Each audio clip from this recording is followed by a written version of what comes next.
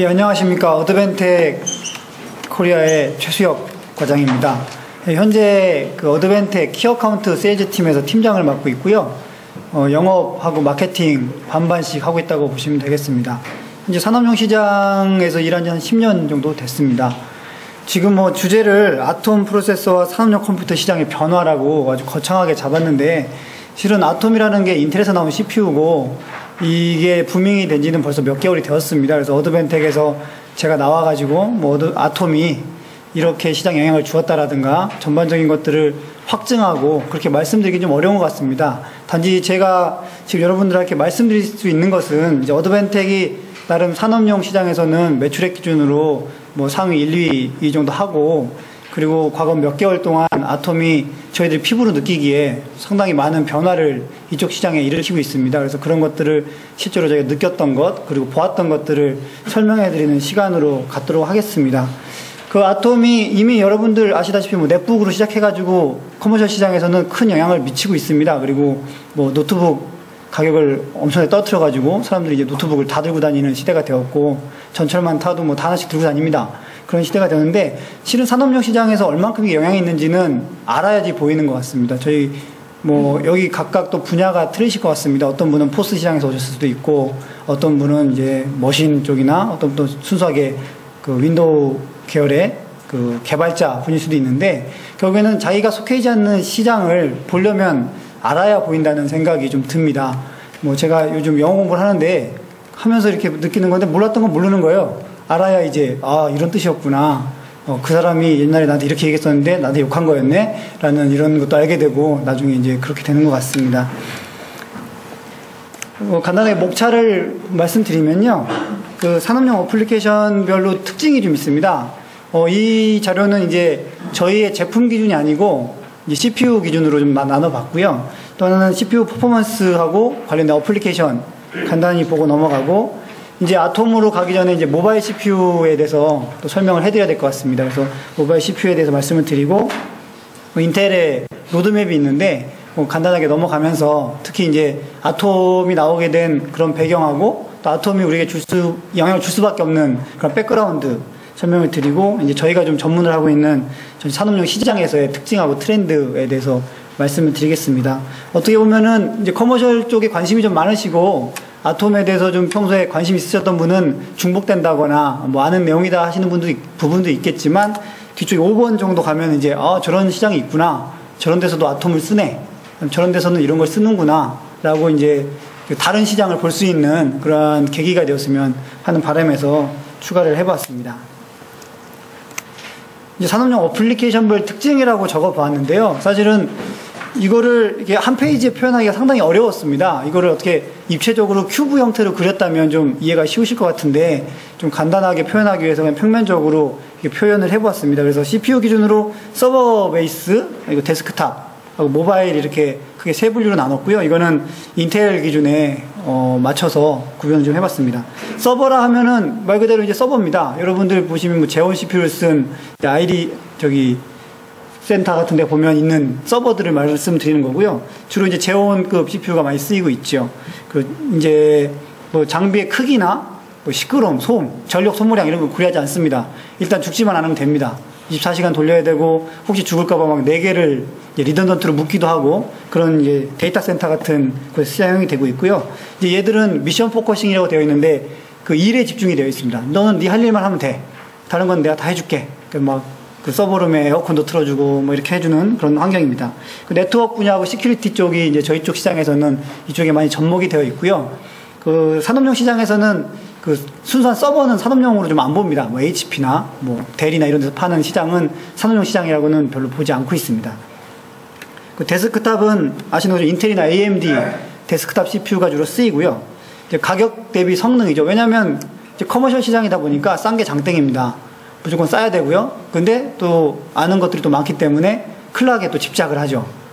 흔히 이제 AM 되면 뜨겁다라는 이제 선입견이 한국에 좀 많이 있고요. 사용을 좀 많이 안 하고 있는 추세라고 보여집니다. 저가다 이렇게 좀 인식이 되어 있는 것도 사실이고, 이건 이제 퍼포먼스 포커싱입니다.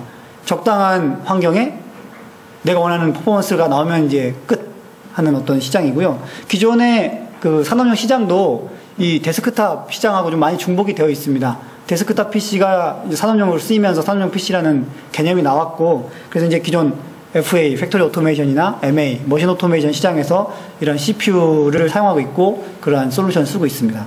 모바일인데요. 이거 이제 마지막입니다. 모바일은 인텔, 비아나 AMD의 이제 저발열 CPU를 흔히 사용하고 있고요. 전력 소모량하고 휴대성에 대한 고려가 상당히 많이 고려가 됩니다.